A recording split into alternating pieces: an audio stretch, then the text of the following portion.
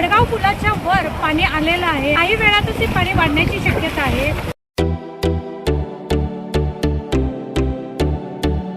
वाहतुकीच्या व सुरक्षेच्या कारणासह भडगाव रस्ता बंद करण्यात आलेला आहे.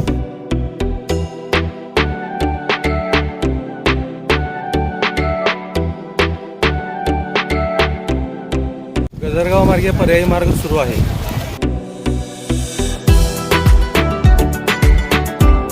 भडगाव पुलावर जे पाणी आलेलं आहे ते बघण्यासाठी युवांची मुसळधार गर्दी झालेली आहे.